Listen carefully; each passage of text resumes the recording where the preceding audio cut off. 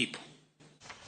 Jatend piny Kenya William Ruto oyango ni twak mar ndalo auchiel mar rango yore mag kelo winjruok kod kwee pacho ka biro chakore wuok tich. Ne oloso e kar bago romo mar KICC boma Nairobi e kinde nyasi mar keto koke chike mag duol matayo yiero pacho ka ABC mabiro neno ni duol no odhi nyime gi chenro mage.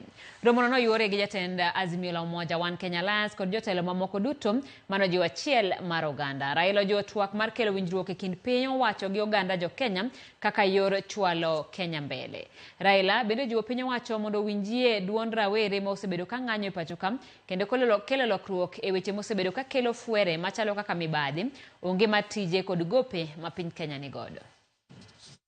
But I'm happy to confirm that we have had consultations, and after extensive consultations, we have agreed that a dialogue is the way forward out of the crisis that we're having today in our country.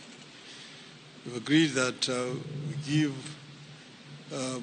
people an opportunity to be heard, to express themselves, to come out with the grievances which are actually ailing our country today. This forum will begin on Monday next week and end on Saturday next week. It will be a 6-day forum and will propose the way forward for the country.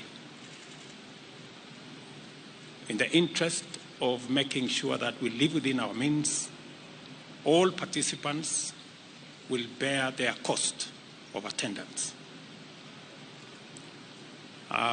This is the result of the consultations we've gone through.